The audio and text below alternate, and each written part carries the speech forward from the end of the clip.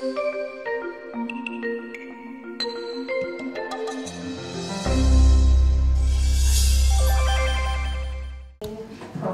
for our celebration of Native American Heritage Month. And I'd like to start by acknowledging that the land on which we gather is the occupied territory of the Mohican, Mashantucket, Pequot, Eastern Pequot, Scotticoke, Golden Hill Pagusset, and Mi'kmaq peoples who have stewarded this land throughout the generations. We thank them for their strength and resilience in protecting this land and aspire to uphold our responsibilities according to their example. Okay, so we had a little bit of a snafu with the number of people in the room, but I thank you for your flexibility tonight, and thank you for being here. So we're gonna get started with our program, and without further ado, I'd like to welcome Chris Newell for our opening prayer.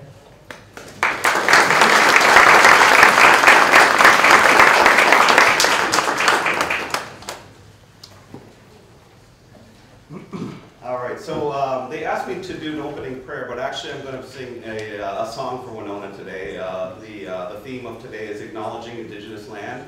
My name's Chris Newell. I'm a Passamaquoddy Indian from the state of Maine. I grew up in my traditional territory, now live in Mashantucket down here in Connecticut.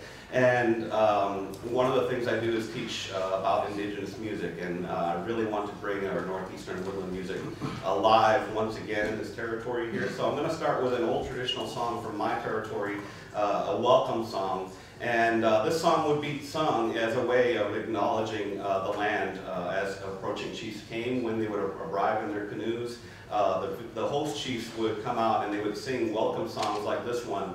And then before the visiting chief stood on the land, they would be acknowledged in this way. So this is kind of proper for the subject matter we're talking about tonight. You guys don't have to stand for this one. This is not an honor song. This is just a welcome song. This is, although it is in honor of you, Winona, welcoming you to the space here, here at UConn. So here we go.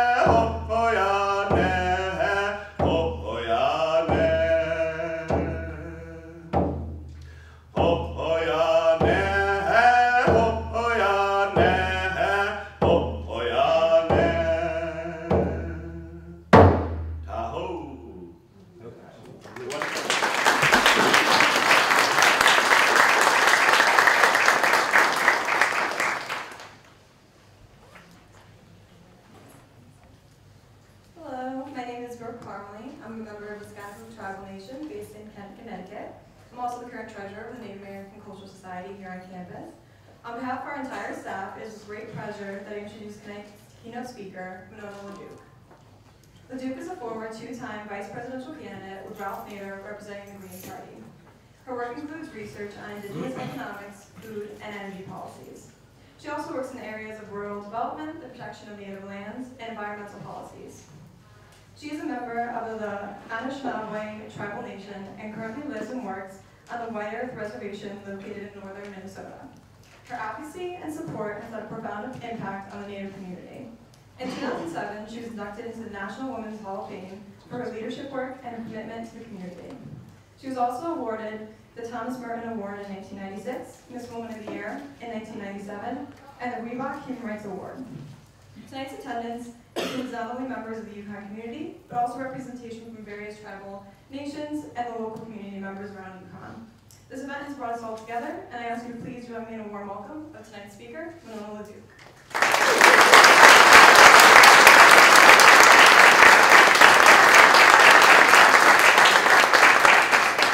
Hi.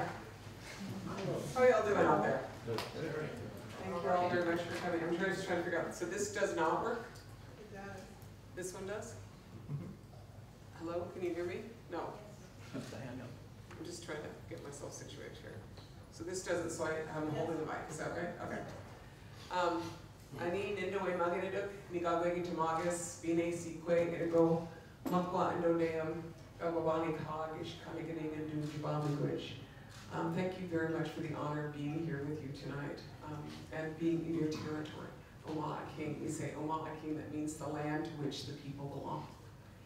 And I'm very, thank you so much.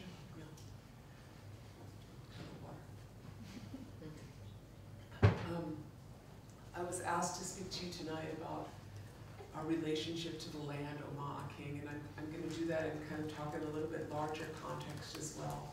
But I want to start with saying that this month, which just started in our moon, or in our territory, is called Mashkan no Gizis, which means the freezing over moon.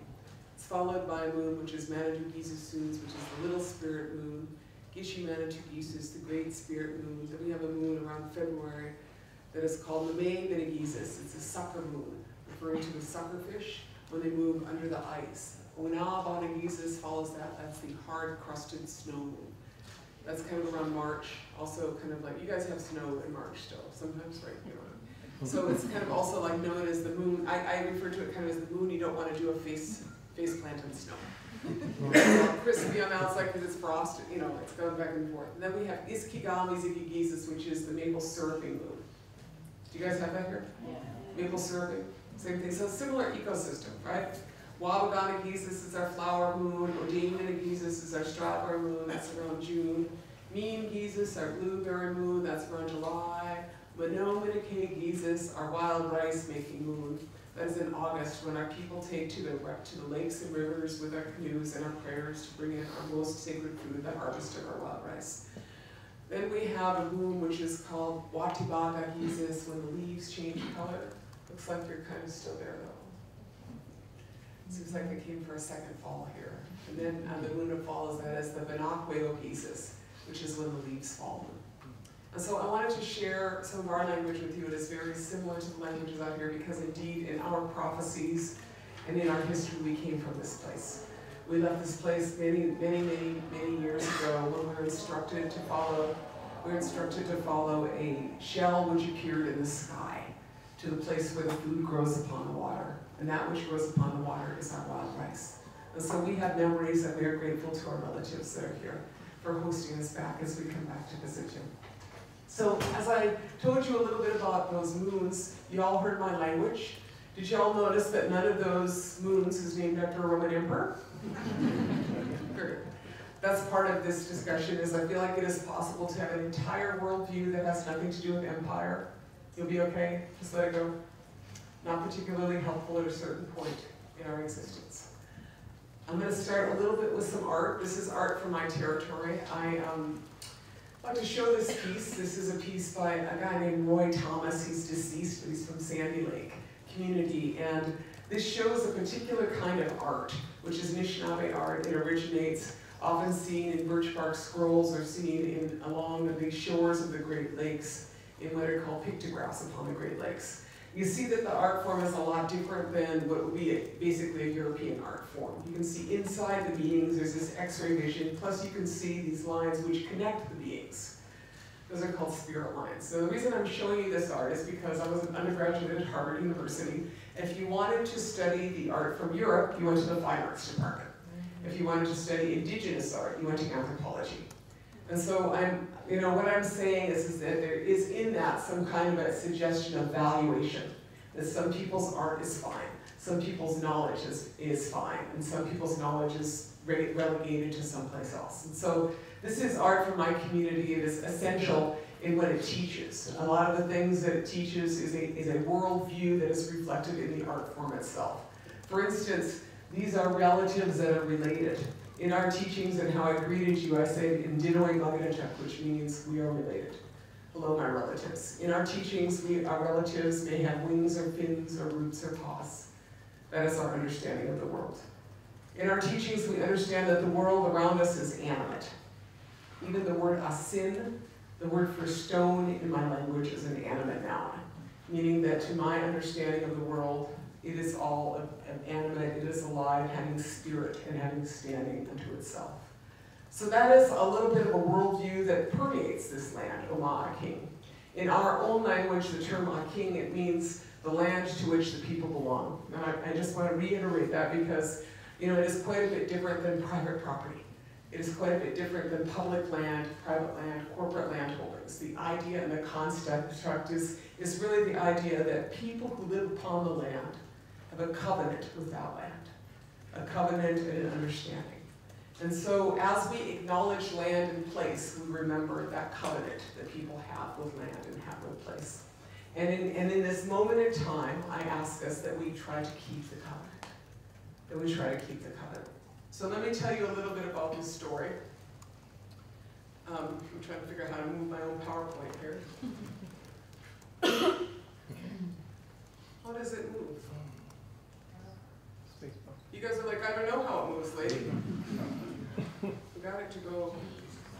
Who's techie? Put it on. Try the space bar. Somebody else Try the space bar.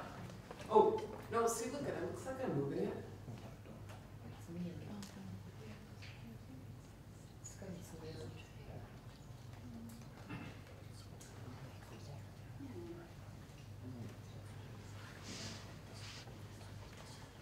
Of course, we gotta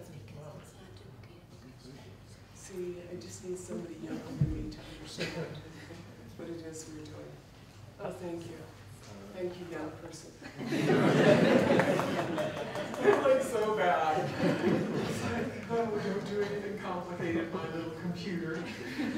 Okay, so I'm going to talk a little bit about place and kind of redefine it and suggest to you that the Holy Land is not an exclusive concept.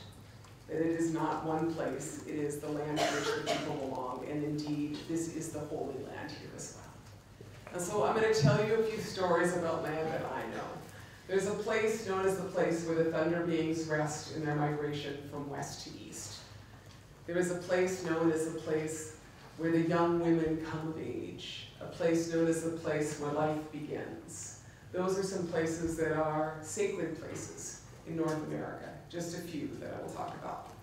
So the place known as a place where the thunder beings rest in their migration from west to east is today known as Thunder Mountain. And that is the name of it in Anishinabe Art, is Thunder Mountain.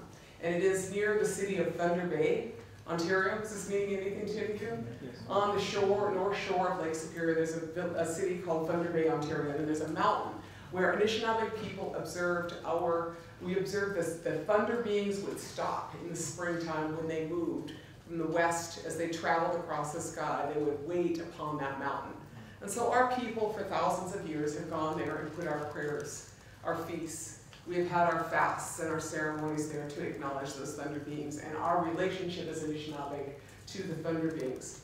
Now that mountain today is not called the Mountain of the Thunder Beings, it's called Mount McKay, which illustrates this kind of problem I have with America, which is the naming essentially of large mountains after small men. No, to be totally honest with you, I don't have anything against men of any size. You're all awesome. You have a lot of sons. But my point is that at some point, when you take something as sacred as a mountain, and you name it after, and immortal as a mountain, and name it after something as mortal as a human, which may be here for 50 or 70 years, and, it gets kind of excessive, we'll say. And it's been kind of a naming frenzy that has occurred all across North America, which distances people from place, distances people from understanding of what that place is in a sacred landscape at all. And it's been pretty widespread, and I know it's possible to change, because you look at things like Mount McKinley, what's that called now? Mount Denali, right? something like that. And then, you know, there's this island off of British Columbia, which I always had a problem with the British Columbia thing. You can gather, I'm not really a fan of New England either. But British Columbia, there, you know, there's an island off that called Queen Charlotte Islands. Now, I actually don't know who Queen Charlotte was. I don't know if any of you got her in your British history. But, you know, I'm pretty sure she never hung out there, right? You know, way off British Columbia. And so, but, you know, they call it Haida Gwaii today. And they call it Haida Gwaii because the people who live there are Haida. And they've lived there for thousands of years. And I think they probably got good naming rights out of that one, right? You know, you get, you know, a whole bunch of mountains named in such a way, and then you get a lot of mountains named after like super bad guys, or things named after super bad guys. Like one of the examples of that is Lord Jeffrey Amherst, right? A lot of things named after Amherst, and he was the first purveyor of smallpox-ridden blankets. You know, and so at some level, to me, the idea of naming things after people who have committed heinous crimes is not really something that we want. It's not something that I feel a resonance with, nor frankly, do I think we should carry forward. And I think about it because, you know, if you look out there, you probably wouldn't name a lot of things after Hitler and Himmler, right? You know, you wouldn't have all of these things named after people who were essentially mass murderers, but you got a whole country with things named, you know, in such a way. And so, you know, part of what I want to talk about to begin with is the idea of naming and the naming and understanding of places as they are. Now, the second story I told you a little bit about is actually where this is. This is known as Oak Point. And this territory, this is a young woman from Oak Point. This is where Rio Tinto Zinc and BHP Billiton, well, this is actually New York City, honestly, but I just thought it was a really compelling picture of this young woman who's an Apache woman, a Chiricahua Apache woman whose rites of passage are conducted in a place known as Oak Point. And at that place, Oak Flat, excuse me, and where that is located is where all of their coming of age ceremonies occur for those young women. And that is exactly the same place that under the Obama administration, I could just, you know, yell at Trump, but it occurred under a previous administration. The land was leased, you know, with John McCain, the then senator from Arizona, to a couple of multinational corporations for a big copper mine. And so at some point, you know, there's this question of if it is sacred, and who gets to define what is sacred in this country? What is the definition of sacred? How sacred is it? You know, oh, my friends, this is your seats. They are right here. Everybody's going to see you coming in because I've been waiting for you. This is one of my board members, Jennifer Kreisberg. You want to give a wave, Jennifer? And her son, Matea. Thank you. It's a big treat for me because I direct a national organization and I get to wander around the country and sometimes I get to see my board members. Nice to see you. Thank you for coming. Hi, sweetheart. Nice to see you. So there was a battle in Minnesota that was a similar battle. It was over this place called Spirit Mountain, and I was, you know, given tobacco to come talk because what happened is that they wanted to put a big golf course on top of this mountain. And I'm kind of thinking it's kind of like the Mount Sinai of the Ojibwe. Like, I'm not a Christian. You understand what I'm saying? It's the sixth place in our migration where we're given the instructions about where to go, right? And so where we got a lot of stuff going on. It's just south of Duluth. These people asked me to come testify at a hearing because they want to put a golf course on top of it. So I go to the hearing and I'm like super nervous. You guys hung out with me. I'm like, I'm pretty good at public events, but I was like super nervous. And I go stand in front of the city council and like all these people came in with me. It was like totally packed, just like this, full of like church people, native people, like everybody was in there saying, you know, this is not right. Don't do that to the native people. Put a golf course on their sacred place. So I get up there to talk. And the city council's all looking at me, and I had to ask permission to say some of the things I said. And I said, can I tell a migration story? And you know, one of my Medellin leader, he said, yeah, you can do that. And so I go in there and I say, you know, we were instructed to go here. Our sixth place we stop is here. Our sixth place that we stop is here. And you know, and then we're instructed to go further. And you know, so this is our place on our migration. And then I said, you know, we really want to keep it. We don't want more things there. You know, and so I get done talking, and in succession, everybody gets up and says, you know, we respect the rights of those Ojibwe people. It tells the same story. And so I sit down, and this guy from the city council gets up like this, and he has like this Xerox. And he's like, Miss LaDuke, I got a Xerox of an anthropologist's report on an explorer's story. He's looking at it like this, and he says, and they say you're wrong. He said, they say that in fact, the Ojibways were brought here by the French. And I was like, well, I'm glad that they said that, but that's not accurate. You know, and my point is that this is what it is like being a Native person in court, or a Native person in a hearing today, is that some guy from the city council will get a Xerox and tell you that he is correcting your oral history because he knows more about it than you. And so, you know, as it rolled out, the approval did not go through for that golf course, and we're all very grateful for it. But it brought forth this question because he kept saying, like, how sacred is it? Right? And I was like, how sacred is it? How do you figure that out? Like, who's in charge of the sacred meter? You understand what I'm saying? And he was like, is it sacred all the time? And I was like, well, so does that mean, like, can you, like, pray between the 4th and 5th hole? I mean, like, what does that mean? You know, what does that mean? And so, like, I'm telling you these stories because these are we are live beings that exist in this place.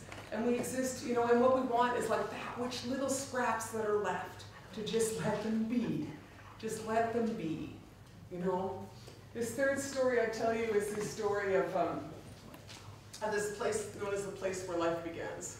And this is a story that is not yet finished. The place where life begins is what the Gwich'in people call the coastal range of the Arctic National Wildlife Refuge. And they call it that because the porcupine caribou herd calves their young on the coastal plain. That is where they calve and nurse their young.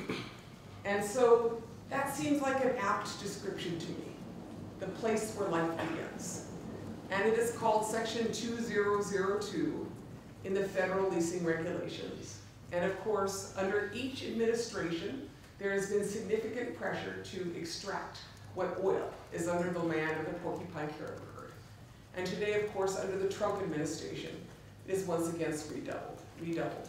And so, you know, to me, this question of what is sacred and what is sacred geography is something that is not historic, like a long time ago.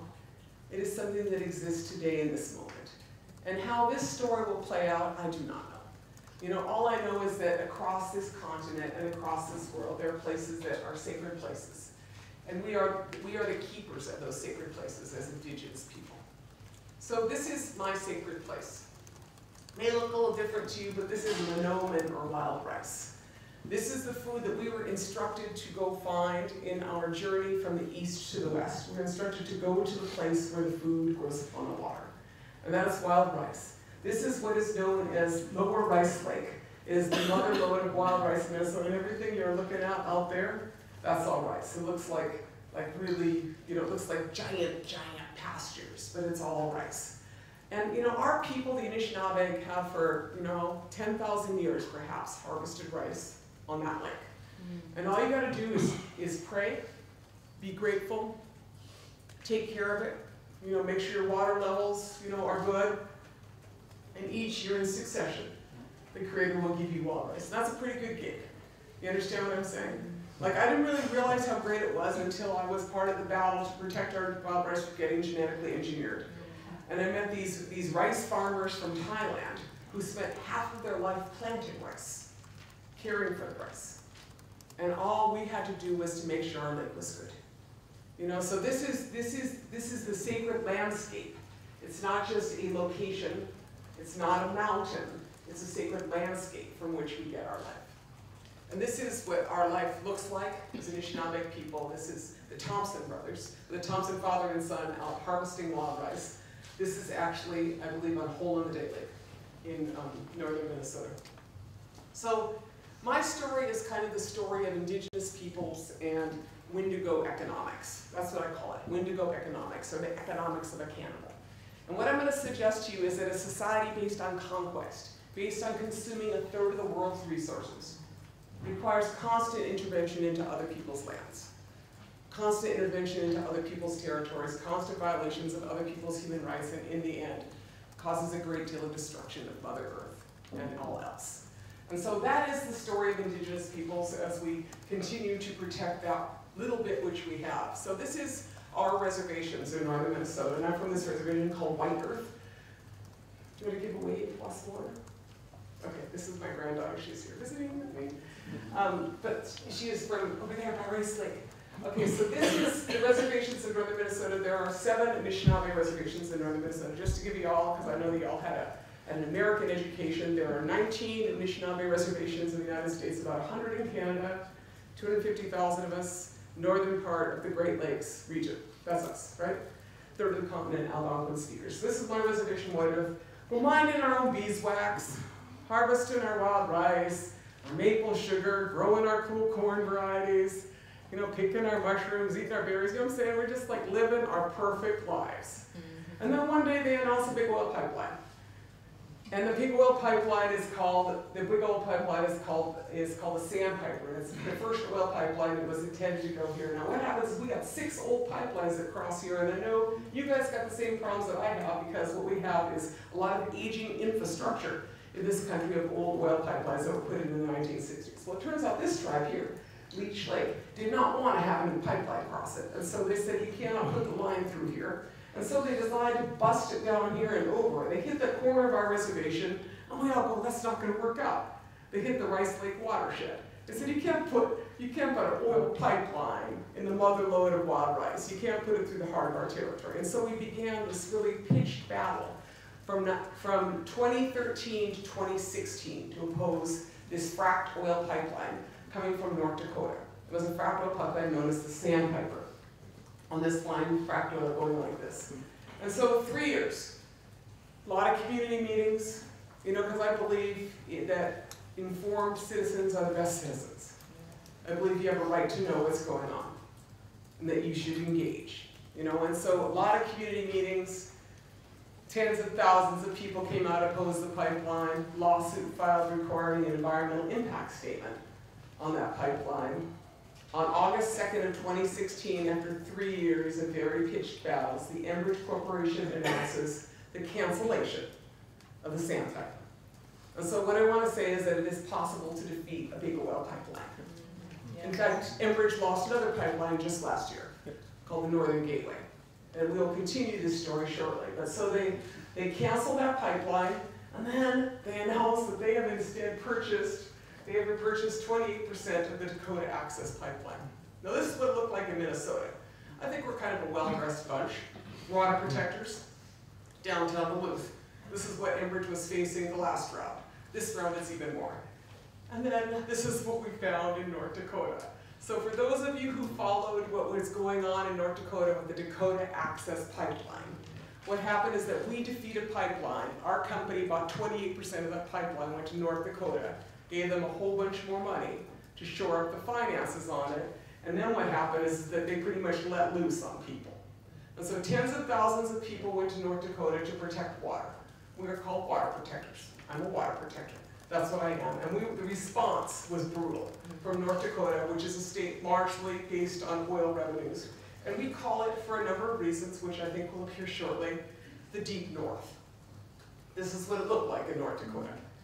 This is what it looks like when they spray you with a bunch of stuff and your water protectors when you're in the water and they're protecting the pipeline, and they have brought in a whole bunch of police and the National Guard. And then they brought in a whole bunch of military equipment. And this is not something that other people, you know, people have seen this before, but we never saw anything like this, I have to say. So the piece on the right is called an Mrap, Mine-Resistant Armored Personnel Carrier. Now that's something you're used to like drive through a building, you know, that you're trying to get through, right? Now let me just say it's got Stutsman County on the side, has about 5,000 people in Stutsman County, so they actually didn't need a piece of equipment like that in Stutsman County, right? That's kind of my point of this, right? There's no need for this. But this is what happens when the military surpluses its equipment to civilian police forces. They end up with some crazy stuff that they probably shouldn't have. This piece on the left is called an LRAD, long-range acoustic device. The intention of that one is to blow your eardrums out. And so this is what civilians who are water protectors, who are unarmed, were facing. Now, over 800 people were arrested, hundreds of people were injured with rubber bullets, with beanbags, with a lot of things sprayed on us that we don't know what it was, and a lot of people faced a huge amount of duress. I did not get shot and I did not get arrested. You know, my family took a lot of shots.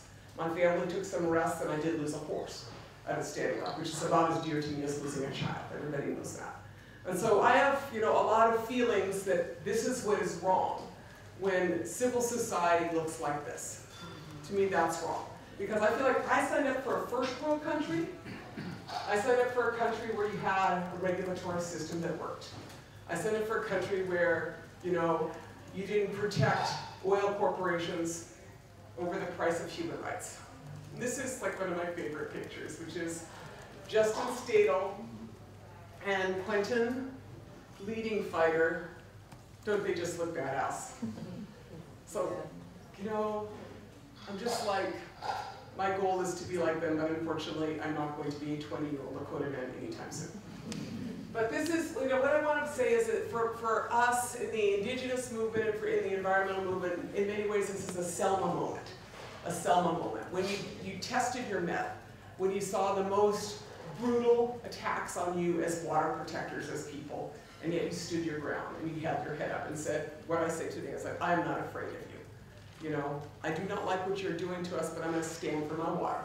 I'm going to stand for my land. And that is, you know, we really learned a lot at Standing Rock. And this is the only thing that is left there, after all. But I want to just point this piece out. This piece is called Not Afraid to Look. It is a statue that sits on the Missouri River and overlooks the Energy Transfer Pipelines pipeline and the Missouri River. Not afraid to look. And it originally came from an effigy pipe, which is like, you guys in the anthropology class. It's like a small pipe that you had for praying, and it had this little dude was sitting on the pipe. And then in front of him, right here, would be the pipe bowl.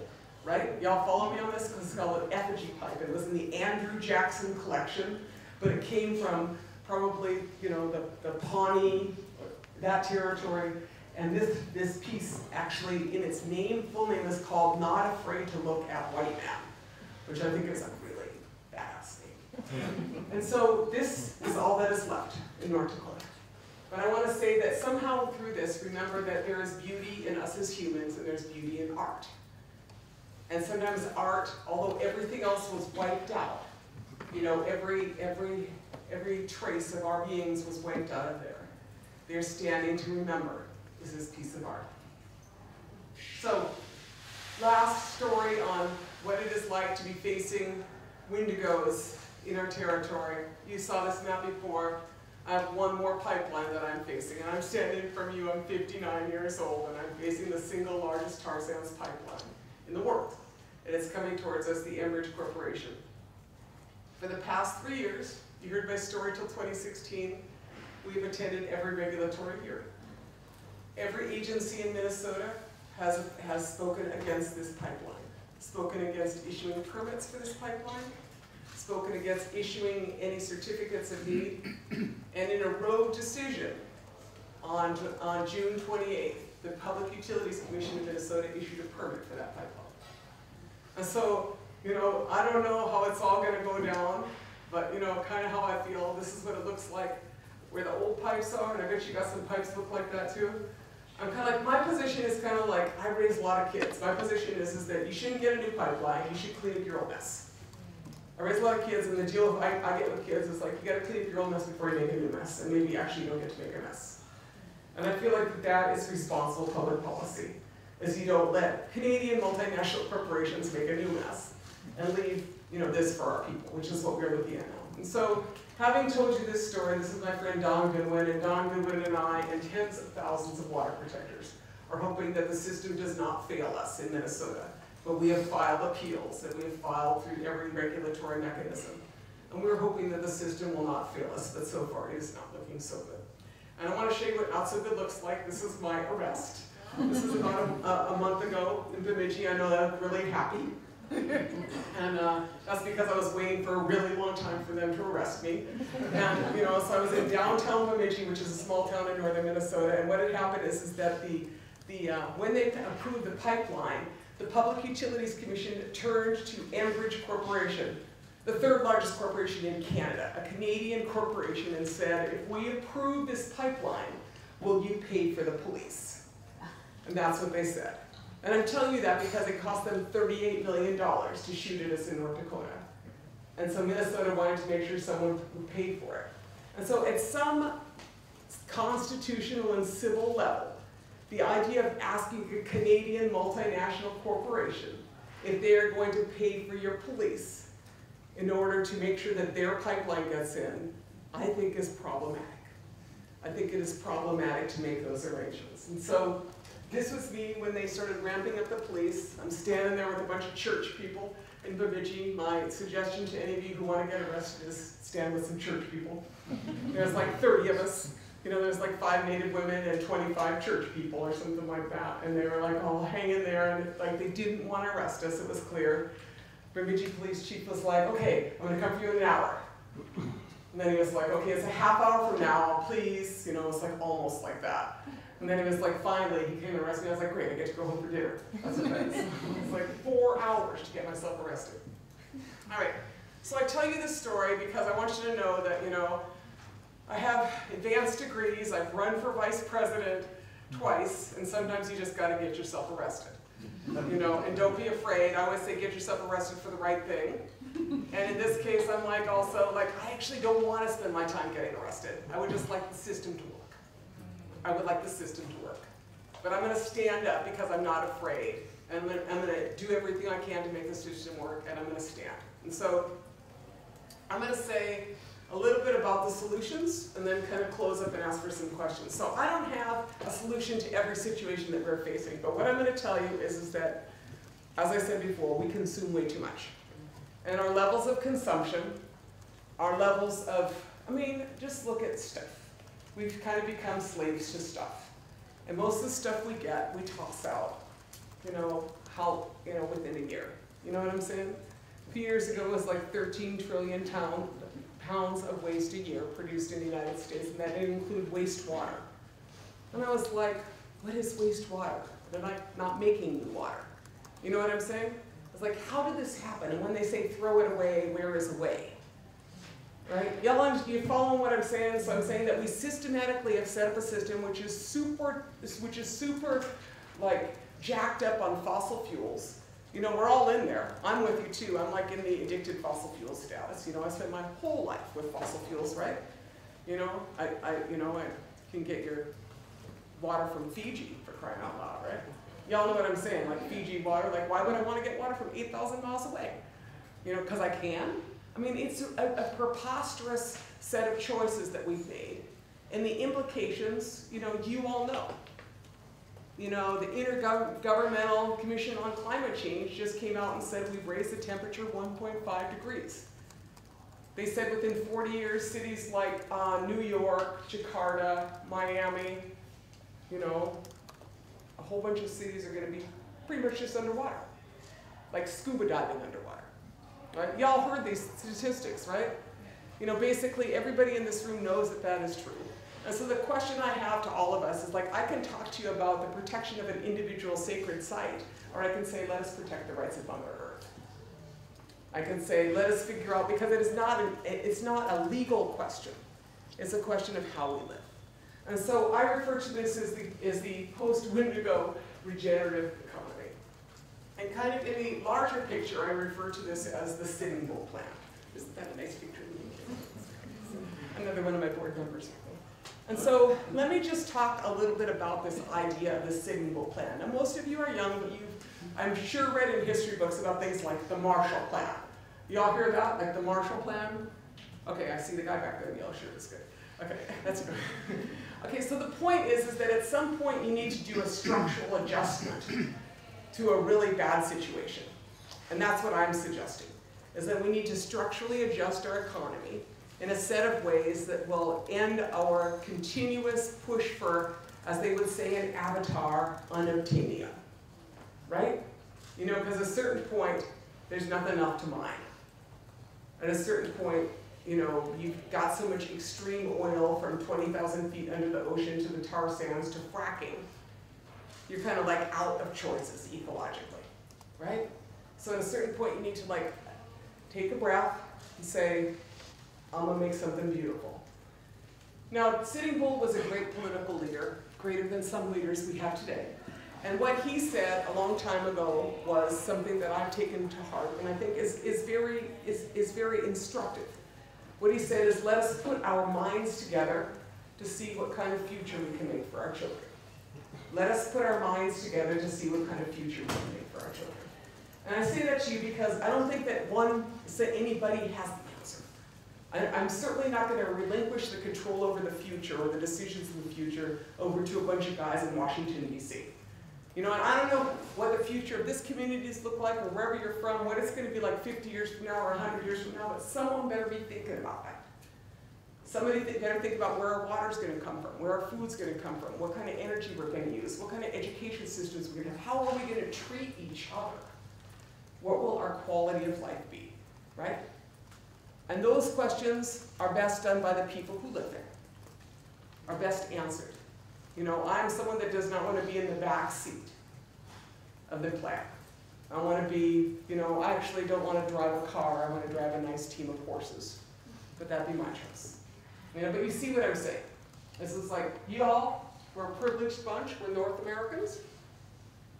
Privileged bunch. You know, we have the opportunity to do some cool stuff. So let me show you a little bit about doing cool stuff, which is a response.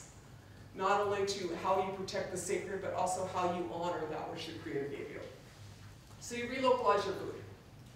Now there's some really cool dudes out here that even grow some of that pequot corn. I forgot that old dude's name, but I met him over by Stony Brook or something like that one time. But there's like, you know, these are old varieties of corn. Any of you hear of hominy corn before? This is hominy corn. Twice the protein, half the calories of sweet corn.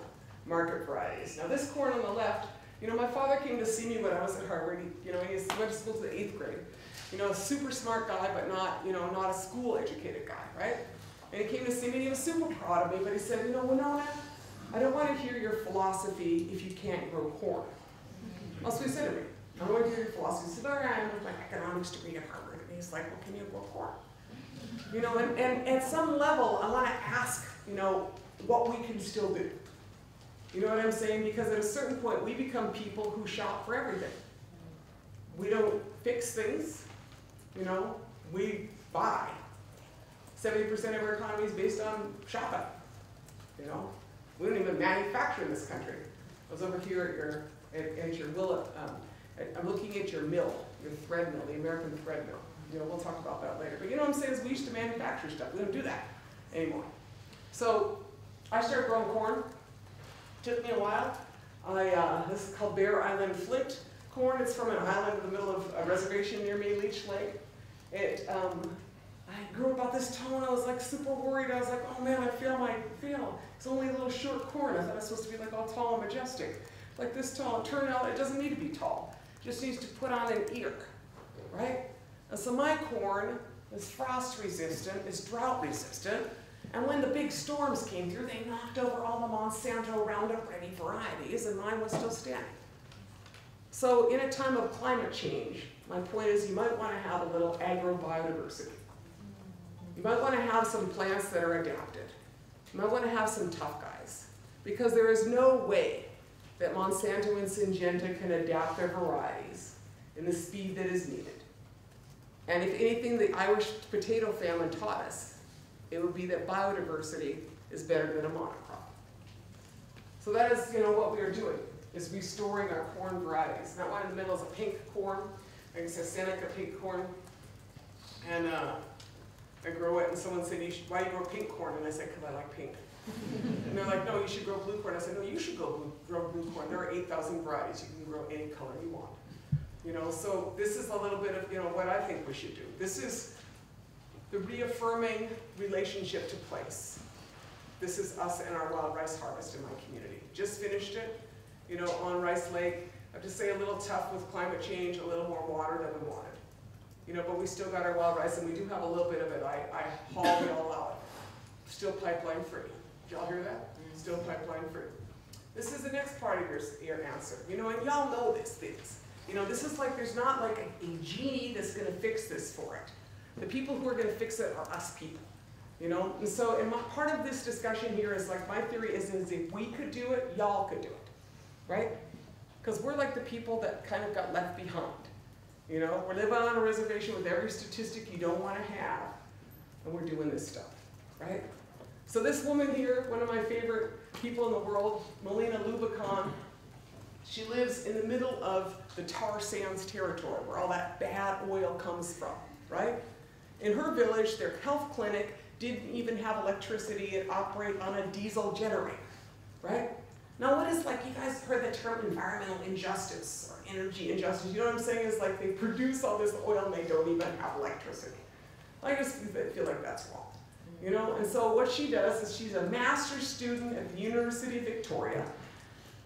Master's thesis. She didn't write about the theory of it. She put up 20 kilowatts of solar and powered her health clinic, right? That's what I'm saying is don't get stuck in a box. You know, do something cool. Do something epic. You know, so that's what Melina did up on her reservation. And then, as I was so happy with Melina, I said, can I copy you? So this is me putting 20 kilowatts on the Pine Point Elementary School in the little village in the town next to me, right? I was like, it's a little poor school, can't even hardly pay their bills as of now, let's just do this, right? And so that's just the beginning, because now we're putting in a solar thermal panel manufacturing facility, you know, in that same little village. And that's going to be operational by early next year, and so we're going to be making solar thermal panels, which reduce your heating bill by about 20%. So kind of, I feel like, is I could sit around and complain about what's going down, or I could be part of the solution. And frankly, you know, what we need is more problem solvers, not problem makers. This is our little story at home, and I have to say that I'm a hemp farmer. Y'all like that, right? Wait, no, you're right. Is marijuana legal in Connecticut? It is in Massachusetts. This is like a very mixed thing, huh? In Massachusetts. It's legal in Massachusetts, but it is not legal. And what about hemp? Because they keep confusing it with marijuana. Okay, there's a lot of like, okay, so I am a hemp grower. I, for 3 years, have had a state of Minnesota permit to grow industrial hemp. I can't grow anything with THC. You could smoke my whole field and just feel awesome. You know what I'm saying? I can't grow anything with THC, but I can grow things that are high in CBDs, and I can grow fiber hemp. Now, you may all think that that's kind of weird, why I want to grow fiber hemp, but let me just tell you this. Like, y'all know this is true. The word canvas comes from the word cannabis, meaning almost all those sales, a lot of the money, all the rope, pretty much everything used to be made out of hemp. Everybody had a little hemp field, you know, and then they process it out. So this is fiber hemp. That's why it's so tall. That's like us last year. I don't know why I saw that picture, and I'm totally stoned. I was not stoned. I was like, whoa, look at that field. Oh my God, look at that field. And so this is the field this last year. This is my family, basically. This is Ronnie, who's like my brother, my partner, Don, 2 of my sons, and a nephew, picking that hemp, right? Now this is like I said, this is fiber hemp. So it's kind of like bamboo wood. So what you got to do is you got to peel off the outside. The outside is the bast fiber, which you use to make clothing out of, or rope. And the inside is what you make hempcrete out of, right? And why I think this is really important is that the state of Minnesota used to have 11 hemp mills. Why I think this is really important is, like, unfortunately today I'm not wearing my perfect hemp outfit. I was wearing this dress. But my perfect hemp outfit, you know, is made of something that is organic, doesn't take any chemicals. What I'm wearing right now basically is made of petroleum byproducts, right? Y'all follow me in this, right? Even cotton takes about 5,000 gallons of water for a t-shirt and jeans. You know, so I'm like, and 24% of all pesticides in agriculture are used on cotton. So I'm thinking, like, at a certain time we might want to move on from things that are like not healthy. And we also might want to revisit where things are manufactured, because in the 1980s to 1990s, we offshored all of our textile milling to China and to Asia. And so everything that I buy, or everything that we wear, comes from overseas. And y'all know that, right? That's why I went to go see your mill museum over in Willimantic, right? And so I'm going to go there tomorrow morning in like my pilgrimage, because what I want to do is turn that into thread. And the American Thread Company was the biggest thread company in the world. So I want to see, they used cotton, but it's similar to linen. Now, I don't want to give you like the long speech on this, of course, which I am. But my point is that if you want to make the solutions, there are many facets of the solution. Fiber hemp is a piece of how you change the economy from one that extracts so much to one that has reaffirms more of a covenant with the earth and with the Creator. Last little set of pictures. This is my village at Pine Point. This is a picture of a bad day in Pine Point. So where I come from, like, I live kind of a perfect life on a lake in the woods with a solar panel. Let me just be perfectly honest with you. But this is the village down the road. This is where a lot of my grandchildren have gone to school, my children, a lot of relatives right there in that town, right? And so this little town here, this is a bad day in that town. This film came out a couple years ago called The Seventh Fire, and that film was basically about the drug epidemic and the opioid epidemic in that town, which continues. And I know that my community is not alone in an opioid epidemic, right? It is prevalent everywhere. And so in my little community, this was the film, and we didn't really like this film because it was just pretty much a snapshot. You might call it poverty porn or something like that. But you know, this was like what it looked like in our village. And so we decided we didn't want to just be that. And so we started doing something. In my privilege of wandering around the world, went to San Francisco and saw this alley in the Mission called Balmy Alley, where every garage was painted with a mural. And so that's what we did. We started painting up these village, pretty nice, like that. I have this theory someone could do their thesis on it or whatever, that people feel better if their houses aren't tagged up, right? And they're all pretty. Onishishinajuchige, to make it beautiful. Onishishinajuchige. When there is so much ugly in the world, why would you want to be part of that? Onishishinajuchige, to make it beautiful. This is our solar thermal panel installation. It's one of my sons there, learning how to install solar thermal panels. So, the answers to a lot of the questions we face are within us and are within the choices that we make. In our prophecies as Anishinabe people, we're told that this is the time of the seventh fire. And in this time, we're told that we will have a choice between two paths. One path, they say, will be well-worn but scorched. The other path, they say, will not be well-worn and it will be green. And it will be our choice upon which path to embark. And I'm pretty sure that's not just Anishinaabe. I'm pretty sure that we as a society collectively have choices of which way we will go. If we will continue with fossil fuels and combustion and large levels of consumption. Or maybe we'll go a little more simple like the Germans. Get super efficient, produce all our energy out of renewables in a day. You understand what I'm saying? It's like other people have evolved. They let go of some bags, drop some names. Ayers Rock, remember that one? It was in the middle of, I'm glad y'all forgot it already. Ayers Rock, that's over there in the middle of Australia. Big rock, named after one guy, I guess. Ayers, now they call it Uluru. I'm like, just let go of that stuff. Move on, do some cool stuff. Much better. Make the new world, make the next economy. So, and then we evolve our systems to make the difference. So, this is the president of Bolivia, Evo Morales. In that country, the first country in the world, that country adopted the rights of nature as a part of their constitution, saying that our Mother Earth had rights. We live in a country where the rights of corporations are considered natural persons under the law. Corporations are considered natural persons in our legal framework. Hugely problematic. And Mother Earth has no such rights. But yet, in the Bolivian Constitution, we have recognized the right of the Earth community to be habitat, to fulfill its role in the ever-renewing processes of the Earth community.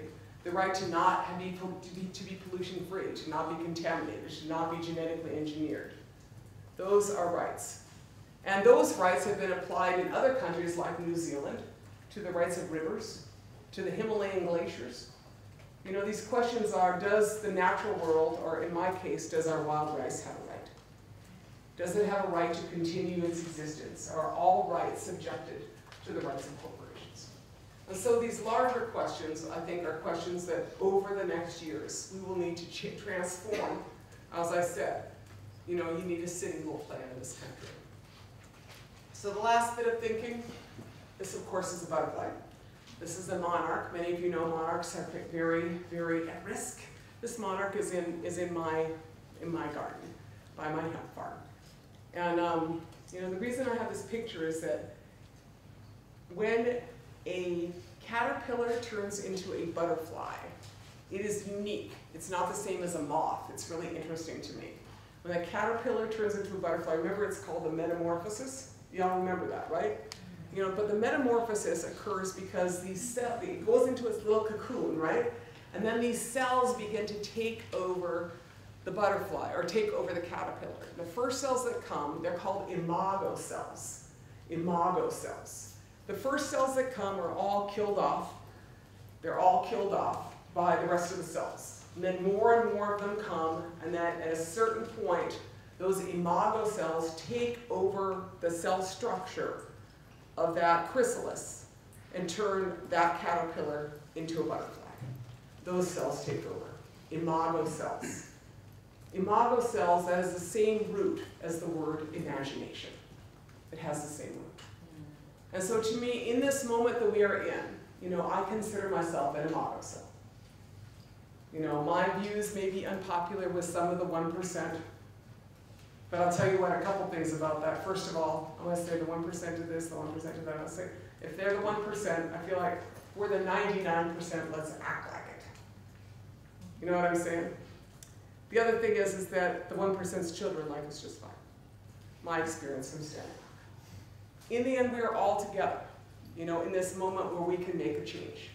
We are those people who have this opportunity to do great things, like save them from blowing off the top of another mountain, genetically engineering the world's food supply, or saving ourselves from combusting the planet to oblivion. We have that opportunity to be in this sacred place where we reaffirm our covenant with the Creator and with the Lamb. This is us at home. If you didn't have a chance to go to Standing Rock and experience that Selma moment, if the regulatory system does not work in Minnesota, you can come join us. This is my fellow sisters, or my sisters that are on the line. Welcome, water protectors. That's a billboard, downtown Park Rapids, Minnesota, because we are welcoming water protectors from across the world. And Minnesota is a nice place to camp in the summer, after all there are 10,000 lakes. The proposed pipeline has not been built, and it crosses near many campgrounds like the Itasca Park, the headwaters of the Mississippi. So we intend to be there, and of course do hope the system will work. This is a water protector in downtown Duluth.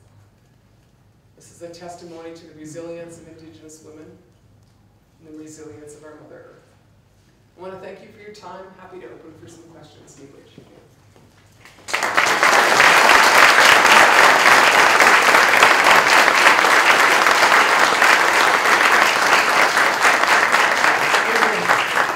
I don't know if y'all have some questions. I just want to make my assistant Kirsten has pointed out. So you see this here, ice cream? What day was it, Monday? On Monday, I was with Ben and Jerry, as in Ben and Jerry, right? Announcing a new ice cream flavor. This is called Pecan Resist. Okay. And so I, as well as people in other social movements, was there announcing it, and we get the proceeds of the sales of this at the Scoop Shop. So you can even like call up and say you want to do an ice cream social. Very good. It's very chocolatey, right? A lot of chocolate. I mean, I'm kind of lactose intolerant, but I won't die. Just on principle. Anyway, you guys got some questions? Happy to answer some questions. Super shy. Yes? Have you been following offshore wind projects? I have followed some of the offshore wind projects. I know that. I believe that's Cape Wind. It's the big project Vineyard in Wind, Massachusetts. and, Yeah. and in Rhode Island we have Deepwater Wind. Yeah. I'm a little concerned about the amount of leasing of ocean floor that BOEM is doing, Bureau of Ocean and Energy Management. And I was wondering if you have been following any of... I have not followed the offshore wind projects. I know that, you know, I'm generally in favor of wind, but it is a question of siting. And I know that our oceans are under duress. And I also know, like, there's no easy answer to the mess that we have gotten ourselves into, you know. So I'm hoping for the best in that, and you know, in the present circumstances, you know, one of the biggest things which I know you all heard me say is get more efficient. Get more efficient. I mean, after all, a combustion engine is 16% efficient, and an electric engine in a car is 65% efficient. You know, so what kind of stupid people would drive around with a 16% efficient vehicle when you could be in an electric car? You know. So. And I just want to thank you for your work. Yeah, thank you. For many years. Yeah, thank you very much for. Other questions, y'all? And I have some law rice and a few books if you're like, yes. I was just thanks for your presentation first. I was wondering if you knew you mentioned Evo Morales a little bit, if you knew of any relations between indigenous peoples' hemisphere in trying to reconstruct the transnational economy based on these ideas. What a great question. Yeah, I have been a little bit party to that. I am not, I was down in Chiapas a couple of times. What I know is that the potential for a trade economy, interhemispheric trade economy of quality, indigenous, everything that we have is great. And I'm hoping that, for instance, like, y'all heard me say I'm a hemp grower, right? And so the second largest hemp producing province in Canada is Manitoba, just north of me. And First Nations produce there, so I want to be able to move hemp. I would like to move corn and everything else. I just happen to be working on hemp at this point, right? So hoping to see that, restored and reconstructed, and I try to be part of it to the extent that I can as I travel. But yeah, you should take that up when you get out of school.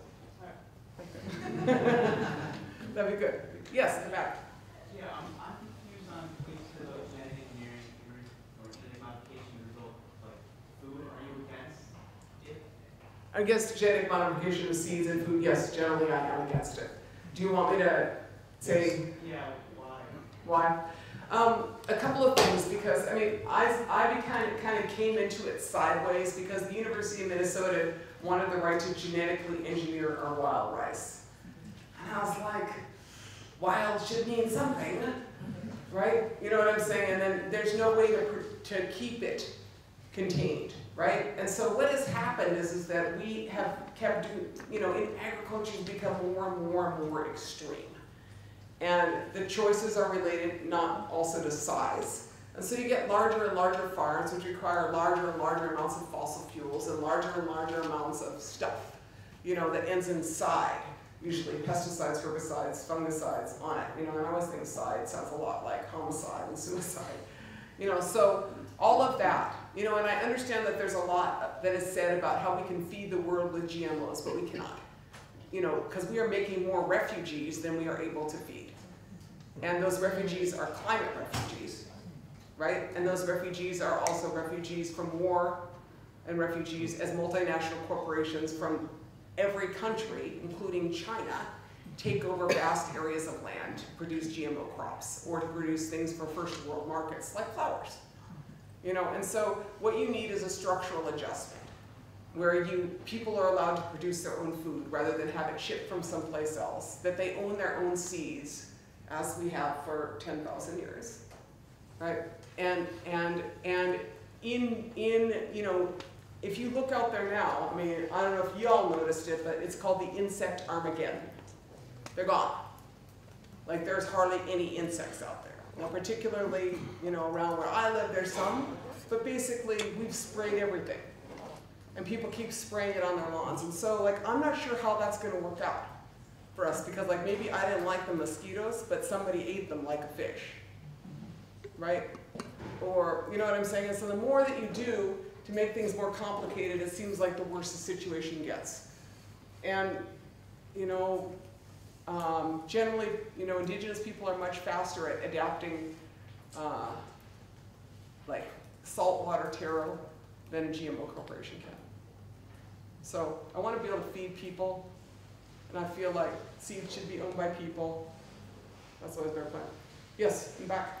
So, as a Native person, do you have to kind of answer the same policies that American farmers do a lot of times? I know it's very hard to survive as a farmer these days and stuff, and that's why everything does, like you said, just go overseas. I know I have questions on how honey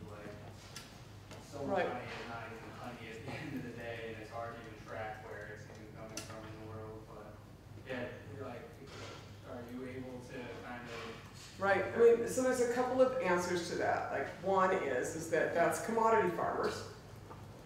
I think you need to restructure agriculture. The largest growth sector is organic. That's what I'm asking. Right, you know what I'm saying is it's not just but we just need to restructure agriculture. The largest growth sectors are in organic and in women farms and in small farms. Right, for a set of reasons that has to do with like all the dysfunctional things of rural farming or agriculture economics that you've been talking about. Like the vagaries, the president's pleasure, you know, like it's just like crazy. You can't survive like that. You know, no wonder so many farmers in this country and in India commit suicide. You know, so in our case, you know, we're not. You know, my tribe can grow, you know, I mean, I'm probably at about 50%, maybe 60% local food harvest. You know what I'm saying? It's like I farm and I produce, you know, 1,000 pounds of potatoes this year. But I'm gonna be sharing the feeding water protectors. You know, and I produce a bunch of squash and corn, and then, you know, and so we are not subjected to the same. If you enter the terms of trade of some of those commodity things, you will be subjected to the same. You know, but kind of in deference to the young man here, like I'm more interested in controlling my economy rather than subjecting it to Trump's policies. You know. Yeah, that's I was just asking him what I hope. Yeah, you don't have to be subjected to those things. Yeah, and I, you know, and I think that the more people like my solution to things is to keep transforming the economy. You know, President Trump doesn't like that that California doesn't want to go with this dropping of fuel efficiency standards, right? You know, it's like, who the hell wants a car that goes 4 miles a gallon, buddy? You know, California doesn't, you know, and so they're like in litigation. And he's like, California's the 14th largest economy in the world. So if California says it wants fuel efficient cars, they're probably gonna keep them. You know, and so that's my strategy, is to keep restoring and rebuilding an economy that makes sense, right? Including a local food economy. Because I think I'd like to eat. You know, I'd like my granddaughter to be able to eat 25 years from now. Other questions, you guys? Yes, green shirt. Yeah, I read once on a website about the Dakota access pipeline. The website that I was reading on said that it didn't cross into the Standing Rock Reservation. Is that true, or is it not? The pipeline itself just went on the north side of the reservation. The tribal land was on the south side of Cannonball River, right? But you know, initially when the pipeline was proposed, it was proposed north of to cross the Missouri, just north of the city of Bismarck, which is 95% white. And the city of Bismarck did not want the pipeline there, and so they said just put it just north of the reservation. And that's why a lot of this occurred. You know what I'm saying? So it wasn't like on the reservation, but you know, there's a couple of things. You know, I use that concept of the land to which the people belong. You know, that is still the land upon which, you know, people have lived for a long time. And then the other thing is that you know, the pipeline spill would not stay off the reservation, or the tribe, and all the tribes drew their water, and the whole tribe draws their water, and all the other tribes on the Missouri River draw their water from that. You know, so thanks for your question, though. Yeah. Yes. So a lot of what you started by talking about was just these concepts of a different relationship between people and the land. And I know that, like, I come from a culture where people have ownership. You know, we're part of this culture. And so it must be challenging for you to try to talk about this entirely different worldview, like this different relationship. So I'm curious about, like, how you found success in teaching that to people. You know, I mean, I think that, you know, I'm sorry, like on one level, I'm sorry that the system got so screwed up. You know what I'm saying? That the rights of corporations supersede the rights of individuals. I think it's like an aberration of what civil society is, right? And then I also, you know, I feel like at some level people get, you know, that if you can't drink the water, you can't drink the water. You know, and what happens if there's, you know, a waste dump on the land next to you? It might be that guy's land, but that's going to get on, you know, it affects all of us. And so I find that in, you know, the work that I do, generally people get that we are all in this together. And that, you know, the concepts of private property, you know, in an Anishinaabe concept is that you have individual use rights and collective ownership. You know, and I feel like that, you know, we have a right to be here, but you have to keep your deal. You know, it's called a covenant. That's the way I best sort of describe it, a covenant between you and the Creator, where you know, only take what you want and you leave the rest. Or you know what I'm saying, you don't pick all the mushrooms. You leave some mushrooms so that, you know, or you leave something so that the next beings can have it, or it will be generated. And so I think people, like a lot of people get that construct. It's like you can't just take it all just because you say it's yours. Because you won't be able to hang out there for, you know, and nobody else will, right? I think people get that. And I just, you know, say it, and in the broader context, I refer to this as Indigenous Economics, but in enlightened universities, I'm not sure if this one is one, they teach ecological economics. And this is a part of the same construct as ecological economics, you know, a lot of these teachings. I'm always sad when they only teach Keynesian economics at universities. Did you have a question? I did. I'm not sure I can get it out coherently, but you're talking about a lot of different ways of doing things. And I wonder, I've been thinking about the importance of failure, that we move beyond failure, but I'm wondering, you know, how do you think about failure as a part of this process? Oh, I mean, okay, so for example, I have a very expensive wind energy education. You know, I put up a turbine at Keeley. We put up a, she remembers this, on a Pine Ridge reservation. I don't know if you remember this, honey, but that blew over. You know, and I was like, well, that's a catastrophic failure. You know, I mean, you learn something like you don't repair it like that, apparently. You know, the nacelle tipped over. You know, and someone was like, can we fix it? And I was like, no, it's in 100 pieces. And, you know, so, you know, and then I put up another turbine that was like, you know, it didn't have enough grounding wire in it. So, you know, I've learned, I can't say I've learned to stay away from wind turbines because the lesson should be that you should, you know, I want to put up one right.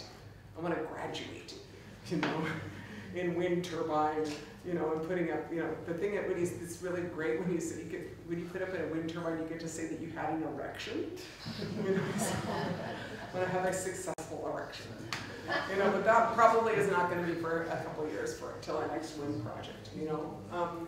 And that, you know, I would say you should learn from your mistakes. You know, you should learn from your mistakes. And sometimes, like, everybody who cooks knows, like if you bake or something, like sometimes you mess something up and it turns out like a really great new opportunity, right? So I try to get a lesson from whatever it is and hope it tastes good. You know, or hope that it's workable. Because it doesn't, you know, the other thing is like it doesn't, like in the kind of work I do, it's kind of like, I think of it kind of as a social Rubik's Cube. Do you know what I'm saying? It's like you're moving, because you're trying to change society. I'm working on, you know, if I wanted to make money, I just go into CBDs and hemp, right? You understand what I'm saying? But I want to change the world. I want to change the textile industry. And so I want to do the hardest thing that is out there, which is hemp. Like nobody wants to do hemp fiber. That's like not easy. You're not going to make $1 billion on it. I was like, no, I don't want to do that. I don't want to just like feel pleasant. I want to change the world, right? And so, you know, in that process, you know, I'm going to learn a lot. And I have this social Rubik's Cube, which is like I move this thing and like maybe these things change and these things change, or maybe this person decides to not be so afraid to say something this next time. Or maybe this farmer sees us putting up the solar panels and says, I want some. I mean, that's what happens is we stick our necks out and someone's going to do that. And so, you know, you still learn from it. And things change, you know, things change. So thanks for your question though. Yes? Hi, thank you for being here. At your most imaginative, what do you envision to be some of the possibilities for education as it now stands, as part of the city goal plan, or as part of that path not taken? Right. I mean, I actually think that people need to know how to do stuff. You know, I mean, to create this economy that I'm talking about, you need mechanical engineers for sure. You know, you need people who can grow food. You need people who can build stuff. You need people to think about the questions of energy efficiency. You know, and so you need an education. A lot of it is in sciences, you know, that will be able to change the structure of things in this world. And you need, in the midst of that, some great artists. You know, I mean, you saw how much art I have in our work. You know, and that's because art is, you know, sometimes I look out there and I think, gosh, humans were kind of a bungling bunch. But then we do some brilliant art, and we have a beautiful song. And then I'm like, oh, I love us still. You know, and so we should shine. You know, I feel like we should shine. And so I am someone that's interested in, you know, I mean, I refer to it as a renaissance. You know, I mean, because the Renaissance came out of the Dark Ages, right? There's a lot of dumb stuff, burning, crusades and all that stuff going on in Europe, right? And then they had the Renaissance of Enlightenment, which largely was financed by the pillaging of the hemisphere, right? Let's just be clear. You couldn't finance all that great art in Europe if you didn't pillage Africa and the Americas, right? But in that period, there was this Enlightenment, where it was like art and music, and you know, just everything was kind of like much larger. And that's what we need, is a new Renaissance. Now, perhaps without the pillaging part, though. You know, and so to me, that requires excellent thinkers. You know, that requires people who have moral courage. You know, and that requires people who are gonna, you know, and you know, an institution like this, you can bring the best out. You know, but do not, you know, but the challenge in that, frankly, is like I said, you know, I went to Harvard, I went to MIT. You know, so I'm pretty aware of what, you know, an East Coast Ivy League industrial education will give you. You know, and I'm saying if you're still taking the same economics class that I did, whew, so sorry. You know, they're missing the next economy, right? A couple more questions, then yes. So I think that a part of the problem why many of the creative alternatives of a different world is so difficult to make happen is the economic interest and the investments that exist in the colonial capitalist system. I mean, there are people that actually want it to continue in the way it is. Oh yeah. So what could you say something about what kind of level of resistance is needed to actually make something about that? Right. I mean, a big chunk of it is the divestment movement. I mean, there are trillions of dollars moving out of fossil fuels for the very reason of like, we're going to be spending 20% of our GDP on climate change related disasters. You know, we have no idea how to put that price tag in. And we have no control over the fires or the hurricanes, right? And so that's a risk that is incumbent upon a lot of investments. And so the question is that, and the movement, whether it is by the Rockefeller brothers, right, who divested of all their fossil fuels, or, you know, whether it is, you know, the UN is estimating, I believe, it's up to $5 trillion worth of divestment. Stuff is moving. And so we keep pushing, you know, divest and invest. Divest in stupid stuff, invest in cool. You know, invest in the next economy. And that, you know, that is a piece of how you do it. You know, and the other thing is that, you know, I mean, I was in Oregon a couple weeks ago, and I was looking at the marijuana industry out there because I'm interested in hemp. And the marijuana industry is like, you know, full on in Oregon. And then I was looking, they said R.J.R. Reynolds just bought into the marijuana industry. I was like, those guys see it. You know, someone read the bottom line, the fact that the $5 billion industry is just growing.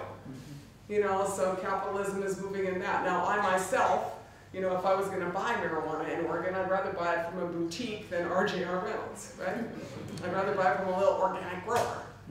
Right? You know, and so there's discerning. The other thing is that if you just look at the economy, there's this globalization which continues. But globalization, like Walmart, and you know, is predicated on endless access to fossil fuels. You know, here in Connecticut and throughout this region, there is a huge, flourishing of microbreweries, right? I don't know what you call them, cheeseries or whatever, right? You know what I'm saying? Is where you make cool local stuff.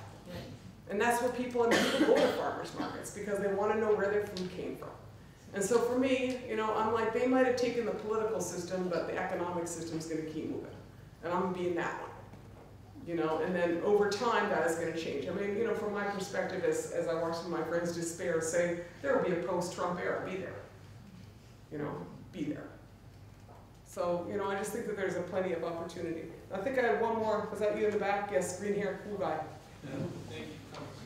I was wondering if you could talk a little about your experience as running vice president.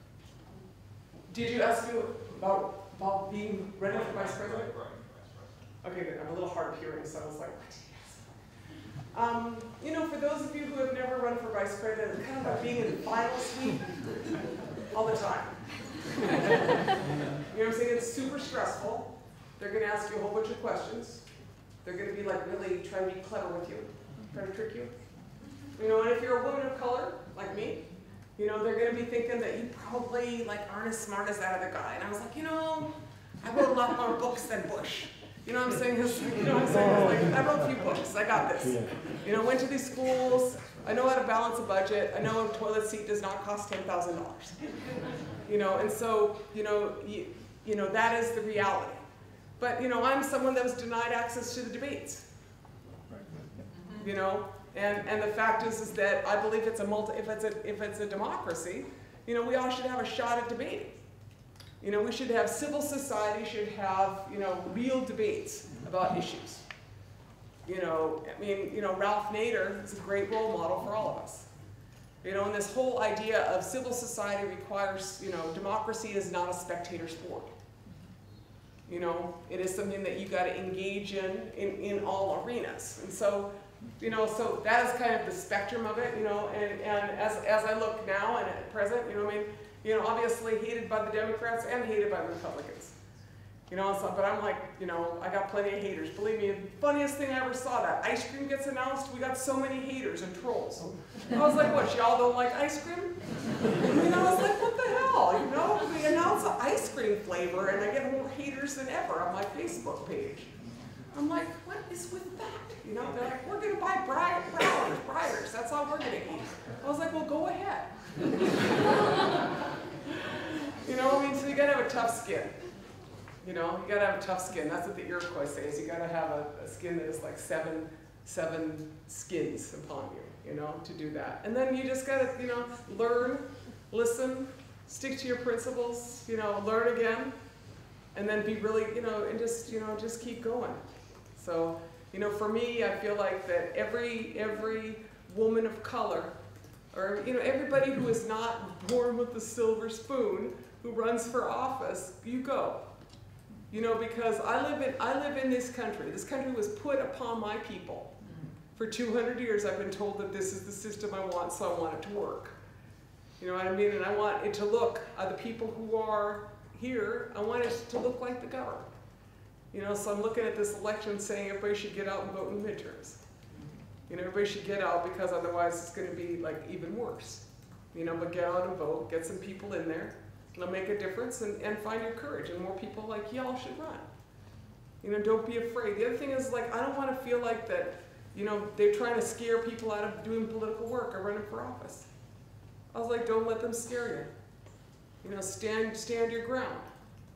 And just keep doing it, because, you know, you cannot let a bunch of idiots run this country for the next, you know, 50 years. We should be done with that. You know, time to move on. What did I say, the Renaissance? Time of Enlightenment. I never refer to it as the alternative. You know, I consider this the enlightened economy. An economy that doesn't destroy the water. That'd be a good one. You know, an economy that values people.